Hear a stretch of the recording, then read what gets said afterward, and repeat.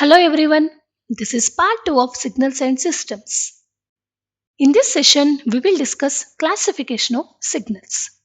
Based on the nature and characteristic in time domain, signals are broadly classified as continuous time signals and discrete time signals. Let us understand what is continuous time and discrete time signals. A signal is called a continuous time signal if it is defined at all instants of time. So, from the word continuous, we can understand that the signal is defined continuously.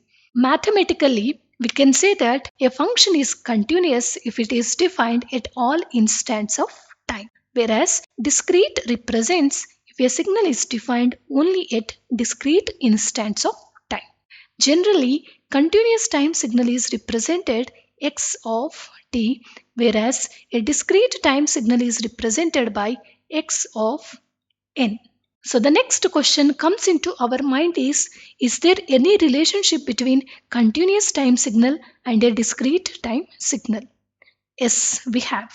We'll obtain a discrete time signal from continuous time signal by performing sampling process.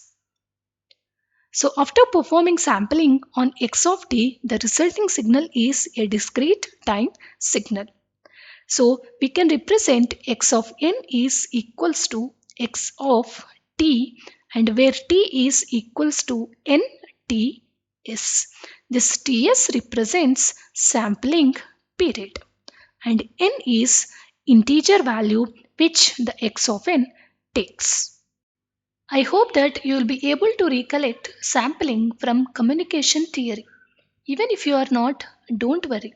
We will discuss in detail sampling in an analog and digital communication tutorial. Now let us look into graphical representation of x of t and x of n. So to represent a signal x of t on x-axis, we will consider time, value, and on the y-axis it is amplitude x of t. So for example, if a signal is defined like this, then it is called a continuous time signal. If you look at here, we can find out the value of x of t at any instant of time. So it is called a continuous time signal. Whereas a signal is called a discrete time signal. In discrete time signal, to represent on x-axis we will consider n, that is integers, and on the y-axis x of n. So x of n will be represented as like this. So if you look at this representation, we can say that the signal is not defined at these instants of time. Such type of signal is called a discrete time signal. These continuous and discrete time signals are further classified. Let us look into further classification of continuous and discrete time signals. Even and odd signals, that is based on the symmetry condition.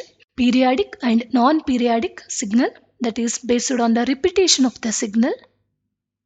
Deterministic and random signals, it is based on the value of a signal at particular instant of time. Energy signals and power signals, that is based on the signal energy and power. Let us discuss all these type of signals with simple and easy examples. First one, even and odd signals. Signals which are symmetrical about the origin are called even signals. Mathematically, if a signal x of minus t is equals to x of t, then it is called an even signal. Whereas the signals which are anti-symmetric are known as odd signals. So mathematically we represent it as x of minus t is equals to minus of x of t. Such type of signals are called odd signals. So when I say x of minus t is equals to x of t, the common examples which will come into our mind are t square, t power 4, cos t, etc. Right? Whereas for the odd signals, t, t cube, sin t, etc. If you look at these signals, In place of t, if we substitute minus t, the resulting function will be same as original function. Whereas here, if we substitute t is equals to minus t, the resulting function will be minus of original function.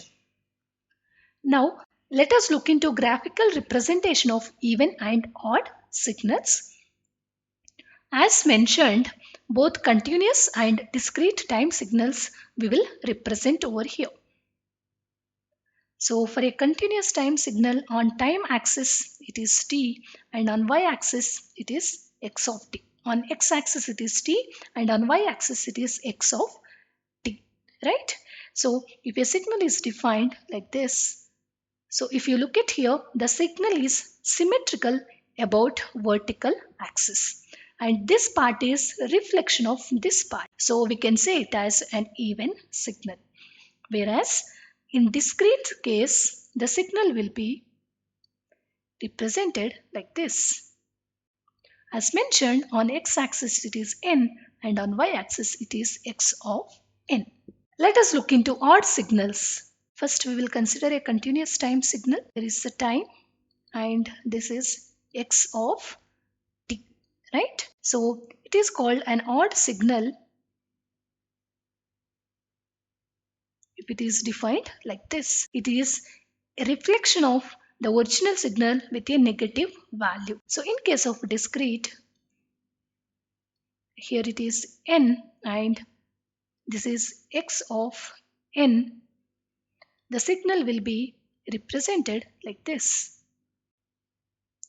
When you look at these observations, it will be negative of the original value. So such type of signal is called odd signal. One more point to remember is any signal x of t is a combination of even part, that is x e of t, plus odd part, that is x o of t, right? In next session, we will discuss other classification of signals. Please subscribe to our channel for latest updates. Please feel free to provide your questions or comments in comment section. Thank you for listening and have a great day.